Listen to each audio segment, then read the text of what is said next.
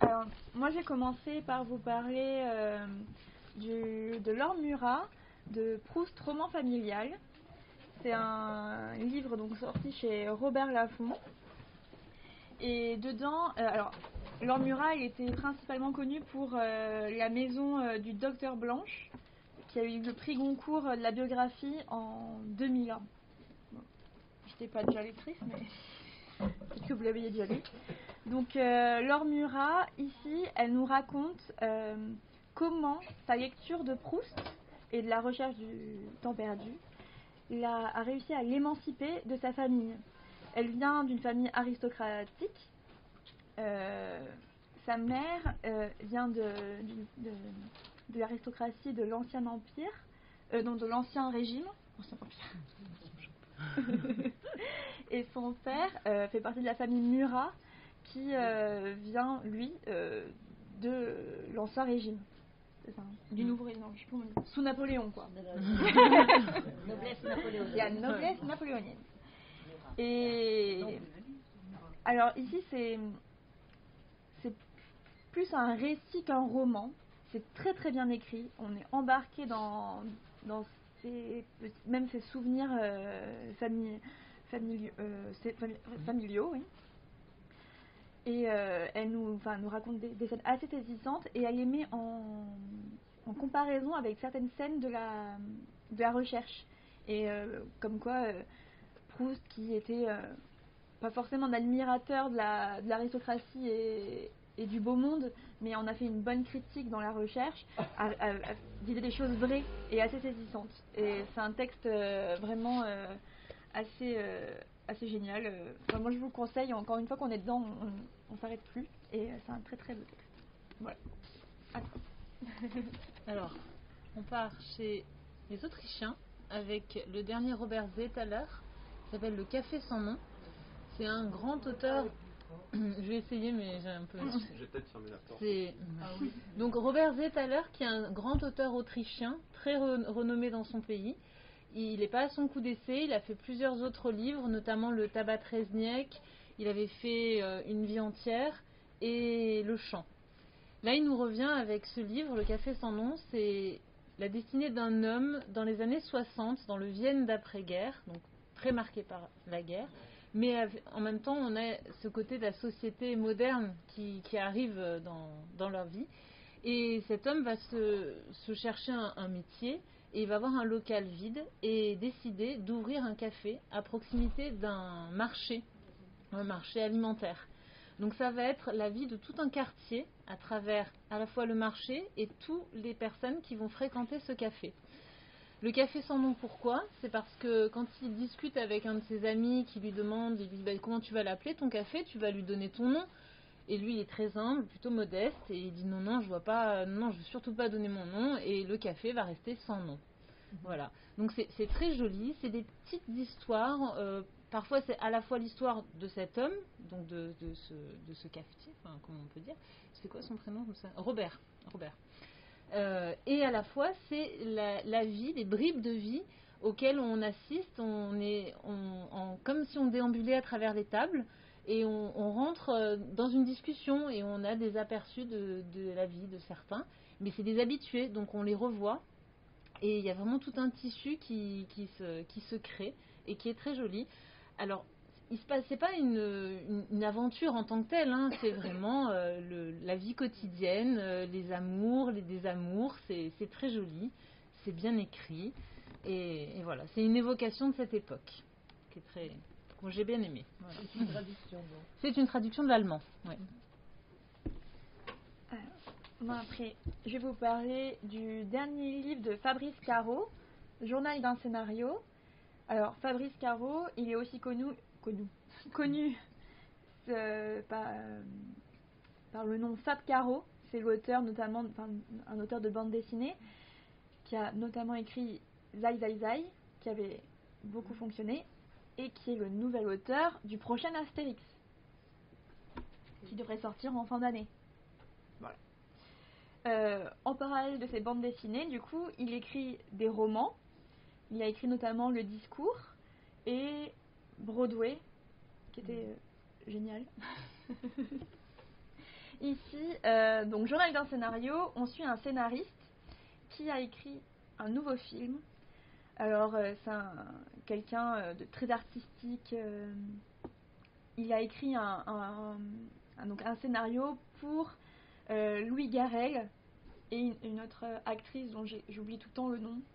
Plus axé cinéma d'auteur. Oui, en fait. plus axé, Voilà. très axé cinéma d'auteur. Et il est très content puisqu'un producteur est très intéressé et lui promet de faire un très très beau film. Et donc, il décide d'écrire un journal pour qu'on suive l'évolution de son scénario jusqu'au film. Et tout commence à dérailler au moment où ce producteur veut lui faire rencontrer le directeur d'une chaîne, je crois que c'est M6, qui a des super idées, mais qui vont totalement dénaturer le scénario. Parce que, oh oui, Louis Garrel, c'est vraiment bien, mais je connais un auteur qui serait super bien pour le rôle. Un acteur, oui. Un acteur. Qui serait super bien pour le rôle. Cadmerade. Donc tout de suite, c'est pas du tout la même ambiance. Et une histoire d'amour, de rupture qui doit se jouer en noir et blanc, va se retrouver en un récit d'amitié. Et tout est assez décousu. Alors, c'est vraiment très très drôle à lire. Et c'est Fabrice Caro, il a un humour assez cynique aussi par moments, qui fait sourire en tout cas dans la lecture, et c'est vraiment agréable à lire. Voilà. Donc ça c'est drôle. Ça c'est drôle. Vous lirez. Et voilà. Celui-là, il veut pas. Il veut pas. Bah, c'est très bien, je vais le prendre alors. Il est tout petit. Alors, chez les étrangers, on va parler de Abdulrazak Gurnah, qui a obtenu le prix Nobel de littérature en 2021. Donc, c'est un auteur tanzanien qui écrit en anglais. Moi, j'étais passée à côté, j'avais pas eu l'occasion de le lire. Là, il revient sur le devant de la scène avec la nouvelle traduction Les vies d'après. C'est une langue qui est très belle. Moi, on a toujours un peu cette impression, les auteurs africains ont une langue toujours très soutenue. Et là, on va sur quelque chose de relativement simple. C'est très épuré, c'est très agréable à lire. J'ai été vraiment agréablement surprise. Donc, les thématiques, on apprend beaucoup de choses, parce que moi, personnellement, sur l'Afrique de l'Est et sur la Tanzanie, je ne connaissais pas grand-chose. Donc, c'est un pays qui a vécu sous domination coloniale allemande puis britannique, et qui, dans les années 60, je crois que c'est en 65, a obtenu son indépendance. Et s'en est suivi une dictature assez dure et sévère, voilà, avec une épuration ethnique. Où beaucoup de musulmans se sont fait massacrer. C'est pas le sujet, hein, mais c'est très imprégné par la colonisation. Donc dans son précédent Paradis, on suivait l'histoire d'un jeune garçon qui est confié, entre guillemets, à un grand marchand. On apprend rapidement qu'il a été vendu parce que le père avait des dettes. Et ça va être, à travers la vie de ce garçon, la découverte de ce pays. Donc à travers les caravanes marchandes et autres. Dans Les vies d'après, on suit deux personnages. C'est au début du XXe siècle, pendant les affrontements entre les puissances coloniales allemandes et britanniques. L'Allemagne essaye d'étendre son empire. Qui vont être enrôlés de force par les Schutztruppe à deux moments différents. Et ça va être ce retour, cet aller-retour entre la vie en tant que soldat et le retour dans le village et auprès de leur famille. Voilà. Donc c'est sûr que c'est sur un fond d'événements tragiques, mais en même temps c'est aussi dans le premier à vue d'enfant, donc on est sur certaine innocence. Et là, bien sûr, il y a une histoire d'amour aussi sur fond, mais bien sûr de bataille, mais pas que. C'est vraiment la découverte du pays, c'est très beau.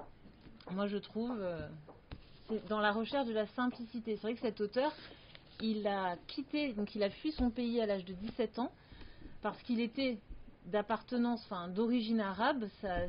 La famille de son père était originaire du Yémen, et ce qui se retrouve bien dans ses livres, c'est cette Afrique de l'Est qui est à la confluence de toute d'une influence de tas de pays. C'est un peu un centre, on désaxe notre centre du monde en fait, avec des influences de l'Arabie, de l'Inde, parce qu'il y a beaucoup d'échanges, et c'est un apport aussi qui se retrouve dans sa littérature. Voilà. Il Donc, habite où alors maintenant? alors, à 17 ans, il est parti en Angleterre et il expliquait, il s'est exilé en Angleterre comme il faisait souvent, pas parce qu'il avait une adoration pour l'Empire britannique, mais parce qu'il connaissait une personne en Angleterre, à Canterbury, et il est resté là-bas. Il s'est exilé juste 2 ans, il est devenu professeur au Nigeria, mais il est retourné, il y habite toujours d'ailleurs. Et en même temps, dans son récit, on voit aussi une reconnaissance dans la littérature, dans tout le passé anglais. Donc certes, il décrit les effets du colonialisme, mais en même temps, il est un mélange des deux. Voilà, c'est un hommage à la fois à la littérature anglaise et à ses origines arabes et autres. Voilà. Donc c'est très beau. Donc à lire parce que franchement, c'est vraiment agréable. Voilà. Alors moi je vais vous présenter mon gros coup de cœur de la rentrée. C'est un court texte, il fait 90 pages. Et en fait François Bégodeau s'est donné la mission, on va dire, de d'écrire sur l'amour et une vraie histoire d'amour. Donc là on se retrouve dans les années 60-70. On suit Jeanne. Alors le roman il s'ouvre et elle est vraiment en admiration devant un joueur de basket de sa ville qui ne le voit pas, comme beaucoup.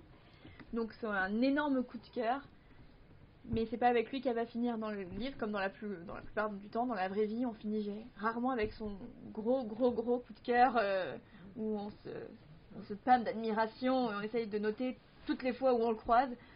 C'est rarement avec lui qu'on finit. Mais en tout cas, il écrit une vraie histoire d'amour parce qu'elle va rencontrer un autre homme, Jacques Moreau, qui va être assez drôle vu qu'elle s'appelle Jeanne. Et on va les suivre pendant 50 ans de vie commune, ce qui est beaucoup quand même. Et ça existe. Et ça existe. Mais justement, là, il écrit vrai, en fait. Ce qui rend cette histoire tellement belle, c'est le fait qu'elle soit banale. Il n'y a pas, c'est pas une histoire, on n'est pas sous la pluie dans les grands films américains, il n'y a pas un amour impossible, c'est du quotidien, mais il rend ça très très beau. Il y a plein d'énumérations, un peu des clins d'œil culturels ou sociologiques de la vie à l'époque où ça se passe. Mais on défile les pages, donc 90 pages pour 50 ans. Moi j'ai fini ce livre, ça se lit très vite, hein, on va dire en 1 heure, si on est quand même grand lecteur, ou dans la journée si on a d'autres choses à faire, mais on est embarqué. Moi j'ai fini avec les larmes aux yeux, j'avais peur qu'on me prenne pour une folle dans la nuit, parce que c'est une histoire qui marque beaucoup. On y réfléchit à la fin, parce que c'est une très très belle histoire d'amour, comme on espère tous et toutes en vivre une un jour, mais dans la banalité, dans le quotidien en fait. Et c'est ça qui rend l'histoire très très belle. C'est en ça qu'il est optimiste. Oui, celui-là. Oui, et il est très optimiste parce que justement, voilà. Et la fin est très émouvante puisque voilà, c'est un roman qui se termine, mais c'est vraiment un très très beau texte que je vous conseille. Il donne foi en l'amour quand même. Et voilà. D'ailleurs, il en tombe. Ouais, il en tombera de dingue. Alors ensuite, les dés de Ahmet Altan. Ahmet Altan, c'est un grand auteur turc, journaliste, que vous avez peut-être aperçu il y a quelques années, 1 an ou 2. Il avait écrit Madame Hayat, qui avait eu un grand succès, qui avait remporté le prix Femina étranger. Voilà.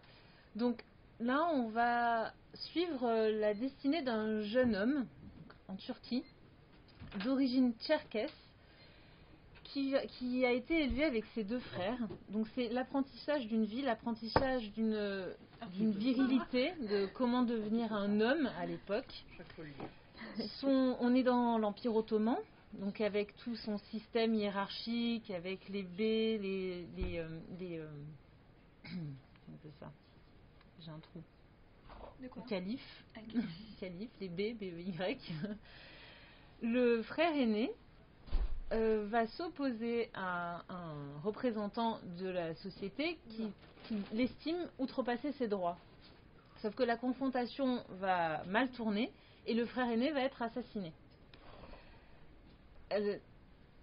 Comment est-ce qu'on doit réagir ? À cette époque-là, ces garçons ont appris à se venger.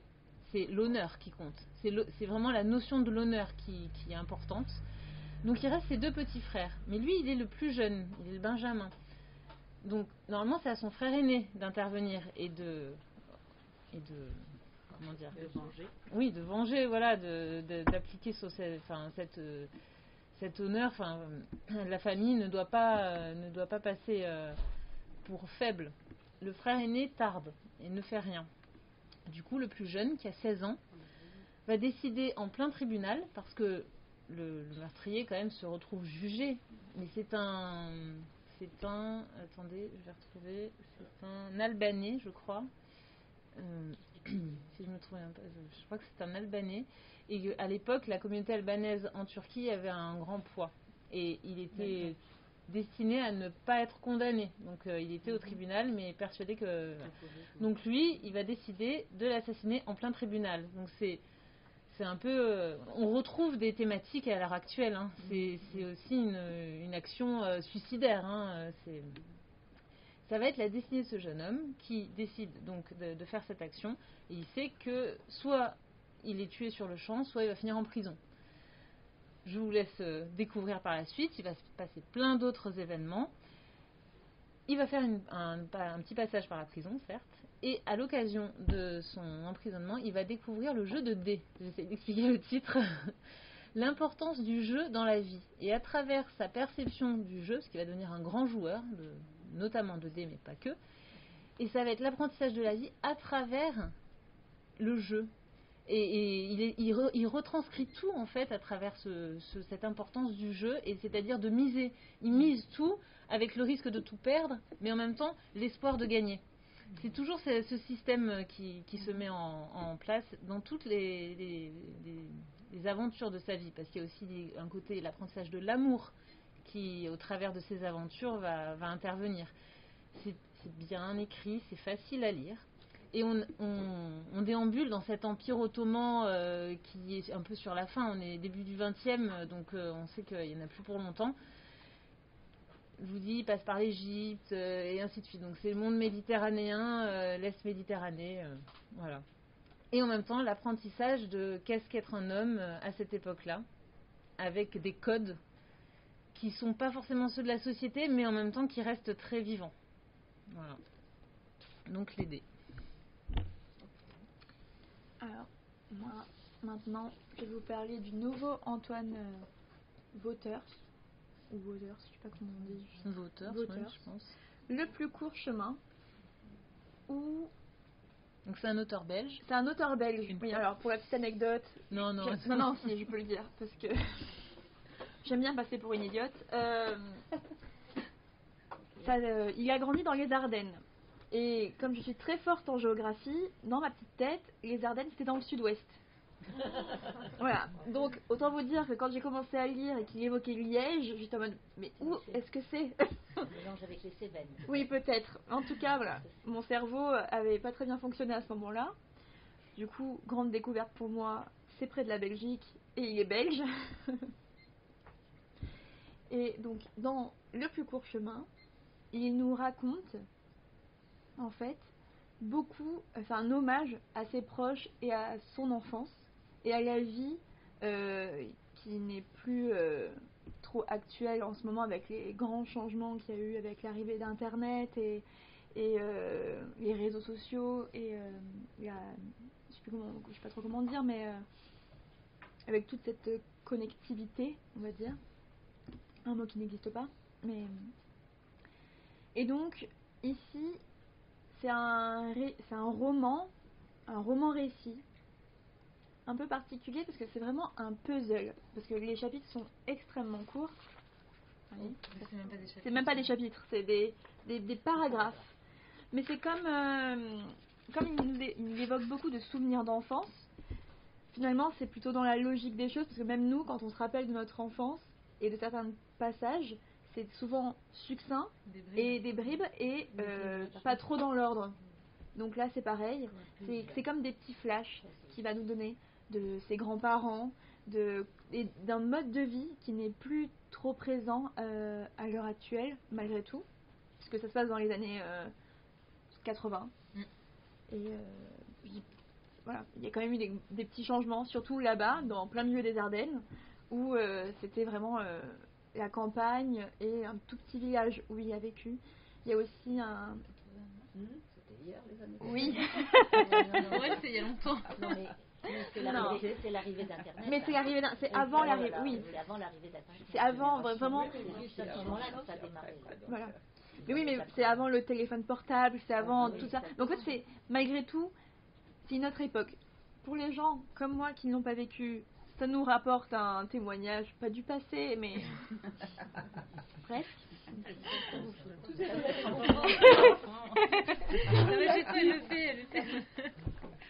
Mais sinon, surtout, merci. Surtout, c'est, je pense, que quand on a connu cette période, il peut y avoir un côté nostalgique, puisqu'il raconte des choses assez personnelles, mais aussi des généralités qui, quand on a été enfant, on les a quand même connues, sans avec Internet ou non. Mais voilà, mais c'est un très très beau texte, un très bel hommage qu'il veut faire aussi à sa famille, qui parfois peuvent avoir disparu. Et voilà, c'est un très très beau texte qui se lit très très vite du fait des petits paragraphes. Ça fait penser à Georges Perec. Je me souviens d'eux. Décidément. Bon, alors, je ne vais pas le soulever longtemps parce qu'il est très lourd, mais... Alors, Orsinus Orca de Stefano D'Arrigo, c'est un événement en fait dans sa parution. Je vais vous expliquer, ne serait-ce que la publication de ce livre est une histoire à part entière. C'est un auteur italien qui est né en 1919 en Sicile, oui, 1919, oui, c'est ça. Il a été enrôlé, il s'est enrôlé, il s'est porté, comment on appelle ça ? Il s'est porté... Volontaire, merci. Pendant la Seconde Guerre mondiale. À la fin de celle-ci, donc on connaît tous l'histoire, l'Italie en 1943. Il a rejoint les Alliés alors. Non, du tout. encore. Donc, au moment de l'abdication, enfin pas de l'abdication, de la signature du traité, non, c'est pas ça, c'est pas le traité. Bref, quand l'Italie a capitulé, voilà, en 1943, ça parle notamment des jours de Naples, où il y a pas une incohérence, mais quand l'Italie a capitulé, les officiers n'ont pas réussi à retransmettre cette information. Donc l'armée italienne était perdue. D'un côté, on a eu les soldats italiens qui ont rejoint les Alliés, on est d'accord. On a aussi les officiers italiens qui, eux, n'étaient même pas au courant, ont continué à combattre. Et d'un autre côté, certains soldats qui se sont dit moi, qu'est-ce que je fais ? Je rentre chez moi, hein. Donc, qui ont déserté. Donc on a ces trois perceptions. Le personnage principal de ce roman fait partie du troisième cas. Donc le prénom, alors soyez indulgents, c'est Ndrja, apostrophe Ndrja. C'est un soldat qui rentre chez lui. Pour expliquer le contenu, il faut préciser que Stefano D'Arrigo a grandi en Sicile, dans une société pauvre de pêcheurs qui avait peu d'apports de la mer et qui en échange, en contrepartie, a développé un intérêt extrême pour tout ce qui était la mythologie en rapport avec la mer. L'explication, c'est que la Sicile a une localisation qui lui est propre dans la mythologie avec Charybde et Scylla, qui est traditionnellement située dans le détroit de Messine. Donc pour dire que lui, il était directement intéressé et qu'il a vraiment focalisé là-dessus. Il a toujours été passionné par la mythologie, il a fait de grandes études littéraires, il a soutenu une thèse en 1944 sur Hölderlin, et ensuite il a commencé à brosser cette histoire de ce marin qui revient chez lui, à la manière de Homère qui doit rentrer chez lui, de Ulysse qui doit rentrer chez lui. Oui. Donc, beaucoup d'importance, la mythologie, etc. Des langues, de l'étude des langues. Donc, il va commencer à écrire des premiers textes, qu'il va reprendre, et ainsi de suite. Il va mettre 5 ans à faire un premier manuscrit, qu'il va présenter à des éditeurs. Il y a un éditeur italien, qui existe encore aujourd'hui d'ailleurs, Mondadori, qui va dire moi je suis intéressé. Mais qui ne va pas lui donner de date butoir. Il dit d'accord, mais très bien, mais je reprends mon texte. Il ne lui donne pas de date butoir, il reprend son texte pendant 15 ans. Donc au total, il lui faut 20 ans. Et quand il lui rend, le livre a doublé de taille. Voilà. Donc c'est à la fois un hommage à Homère et à son Odyssée, mais pas que. C'est aussi un roman maritime, dont on retrouve le Moby Dick de Melville. Parce que Orcinus Orcas, c'est le nom latin de l'orque, qu'il a modifié un peu en rajoutant un H et en mettant un Y. Donc d'où son intérêt beaucoup des langues. Parce que dans son roman, on retrouve des emprunts à des langues et à des dialectes. Parce que là encore, un peu comme avec Gurna, la Sicile étant une île, il y a eu beaucoup d'apports de langues étrangères. Voilà. Donc c'est riche, c'est foisonnant. Je vais pas vous mentir, c'est un peu plus difficile à lire quand même, parce qu'il y a énormément de références. Ce qu'il n'y a pas dans le Gurna, justement. Lui, il s'attache à la simplicité. Là, c'est quelque chose d'assez érudit. Donc beaucoup de références, et enfin moi-même, je fais même fait histoire, mais là j'avoue qu'il y a des fois où j'étais obligée de retrouver un peu mes bases. Ça reste quelque chose de très beau. Donc dès le début, on commence avec les sirènes, comme avec Ulysse et Circé. Enfin voilà. Il faut avoir le temps. Voilà. Si vous vous attaquez à ça, c'est sûr qu'il faut avoir le temps. C'est 1350 pages. Pour finir sur l'histoire de la publication, il y a un éditeur italien, mais après il y a plusieurs éditeurs étrangers qui se sont positionnés, qui ont racheté les droits de traduction. Il y en a un seul qui a réussi à venir à bout, c'est un éditeur allemand. Parce que vous doutez bien qu'avec tous ces apports à la langue et à l'écriture, aux mots, à l'étymologie, c'était un casse-tête au niveau de la traduction. Parce que d'un côté, il y a des apports de langue étrangère, mais il y a aussi des inventions de mots. Donc comment traduire, etc. Il n'y a que l'éditeur allemand qui y est arrivé. Les autres ont fini par revendre les droits parce qu'ils n'y arrivaient pas. Et donc nous, on est les Français, on est les deuxièmes. Et ils se sont mis à deux pour relever ce défi. Voilà. Donc c'est à feuilleter, sachant qu'au moment de la traduction, la première traduction, ça a été traduit 3 fois en italien, il y a eu 3 réimpressions. On a quand même des grands noms comme Primo Levi, comme Pasolini, qui ont vanté les mérites en disant que c'est un livre à lire, à relire, à garder sur sa table de chevet, voilà. Et plus récemment Roberto Saviano aussi, qui ont dit que c'était un chef-d'œuvre. Voilà. Donc, non, voilà, ça donne un peu là. Et ce Stefano d'Arrigo est mort en quel... Vous avez dit qu'il est né en 19... Il est né en 19, oui, il est mort... et je me demande... Non, ou s'il est mort, c'est tout début des années 2000.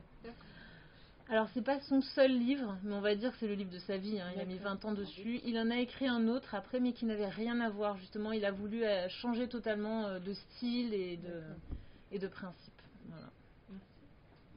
1300 pages. Voilà. Enfin, rien que la postface est déjà passionnante. On dit déjà 30 pages, c'est voyage. Alors, pour le dernier livre que je vais vous présenter, alors c'est pas un livre de la rentrée littéraire, c'est un livre qui est sorti au mois de mai. C'est L'usure d'un monde de François-Henri Désérable. Alors, L'usure d'un monde, ça fait évidemment référence au livre de Nicolas Bouvier, L'usage du monde, que François-Henri Désérable évoque comme justement un livre qu'il a sur sa table de chevet depuis presque toujours. Et il y a eu une envie très forte, avant 2020, de partir sur les traces de Nicolas Bouvier en Iran, pour voir tous ces paysages dont il a lu plusieurs fois les descriptions magnifiques de Bouvier, justement. Le photographe ? Oui, le photographe. Mais bon, en 2020, il y a quelque chose qui est arrivé qui a fait que personne ne pouvait voyager, qu'on ne va pas évoquer ici, et il n'a pu qu'organiser ce voyage qu'en 2022, fin 2022. malheureusement, en Iran, à ce moment-là, il y a l'assassinat de Mahsa Amini, une jeune femme à Téhéran, qui ne portait pas très bien son voile et qui a été tuée par les autorités, voilà, par la police des mœurs, donc à Téhéran. Et donc là, il retranscrit son voyage parce que son récit s'ouvre, il est dans l'avion et comment ça s'appelle déjà attendez, j'ai un nom. C'est le ministère des Affaires étrangères, pardon, voilà, c'est ça, qui l'appelle, qui lui dit on est au courant de votre français, oui, on est au courant de votre projet de voyage. Surtout, n'y allez pas en ce moment. On est en train de faire rapatrier tous les Français. Vous risquez de vous faire emprisonner là-bas. Ne partez pas.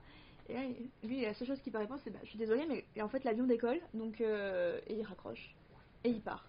Et donc, on va le suivre sur les traces de Nicolas Bouvier. Mais en même temps, il écrit vraiment sur notre époque et sur ce qui se passe, du coup, en Iran à ce moment-là. Donc, les révoltes des femmes et des hommes. Il va vraiment se focaliser dans son texte sur les rencontres qu'il va faire. Donc on a des témoignages, des descriptions de personnes vraiment très courageuses et d'autres, et un qui est par exemple république islamiste. Donc il est un peu déroutant un peu à lire quand même, de se dire qu'on peut être pour ça. Mais voilà, il y a des passages très très forts dans son texte, c'est très très bien écrit. Il y a un lyrisme, et il y a des petites phrases qu'on a envie de garder. Il y a par exemple comment on dit on a un mot et la définition, la différence entre révolte et révolution. Moi, c'est un passage qui m'a vraiment marqué dans ce texte. Et voilà, on rencontre notamment des femmes et des hommes qui ont plus peur de la prison que de la mort. Et c'est un peuple vraiment très littéraire, très très très cultivé. Enfin, c'est très beau à lire et je pense que c'est important de lire ce texte-là, notamment pour savoir ce qui s'est passé là-bas, ce qui s'y passe encore, même si on entend un peu moins parler. Et enfin, moi j'ai posé ce livre, on n'a qu'une envie, c'est de crier femme, vie, liberté et laisser ces femmes tranquilles et on espère que leur révolte justement va se transformer en révolution et que ce peuple pourra être libre. Voilà. Un jour. Alors pour conclure, on va finir avec le dernier Ian McEwan, Le Son, qui est paru récemment. Ian McEwan, c'est un grand auteur britannique qui a beaucoup écrit déjà, qui a été récompensé plusieurs fois. Il change dans sa forme. Il s'était habitué aux récits courts et assez épurés, qui avaient fait merveille. Celui-ci, lorsqu'il est paru en Angleterre, il a été considéré comme ses anti-mémoires. On a beaucoup assimilé le personnage principal, le narrateur, avec la vie de l'auteur lui-même. Donc on retrouve un homme qui a une trentaine d'années au début du roman, Roland, qui est né comme l'auteur en Libye, qui a fait des études dans un pensionnat britannique ensuite. Et là, au début du roman, sa femme vient de le quitter et l'a laissé seul avec son enfant qui est un bébé, un enfant en bas âge. On est au printemps 86. Donc là où il est très fort, c'est que à la fois dans la vie de tous les jours, parce qu'on est vraiment dans l'intime, dans les petites choses de la vie, en filigrane, il arrive à nous brosser l'histoire de la société à l'époque et les grands événements. Donc là, printemps 86, bien sûr, c'est Tchernobyl. Donc il s'inquiète sur le nuage où on lui dit que mais non, il n'y a pas de souci, etc. Donc il est à la recherche dans les pharmacies de capsules d'iode. Mais ça va pas être que ça, c'est aussi Thatcher au pouvoir, c'est ensuite la chute du mur de Berlin et les missiles à Cuba, enfin voilà. Donc c'est un récit chronologique très classique dans sa facture. On commence, il a 30 ans et on va jusqu'à ses 80 ans. Mais avec un système de flashback, on a des réminiscences de son enfance et notamment de cette période justement où il était en pensionnat, et l'importance de ses cours de piano qu'il a suivis, et de la relation qui s'est instaurée avec cette professeure. Relation assez étrange et qui l'a marqué à vie. Je vais pas dire pourquoi. Donc voilà. Ian McEwan, là c'est juste qu'il faut rentrer dedans parce qu'il est plus long que les autres. Donc, mais comme c'est justement du quotidien, des petites choses, c'est pas un livre qui se lit vite comme ça. Ça se laisse apprécier. Voilà. Qu'est-ce que je pourrais vous dire d'autre? Moi j'aime beaucoup cet auteur. Je trouve que il nous laisse surprendre. Enfin, on se laisse surprendre en fait par des sujets de société qui sont tellement bien rendus et en même temps tellement justes, et voilà, c'est de l'intime et de l'universel en même temps. C'est très beau. Voilà. Si vous avez des questions, on est là.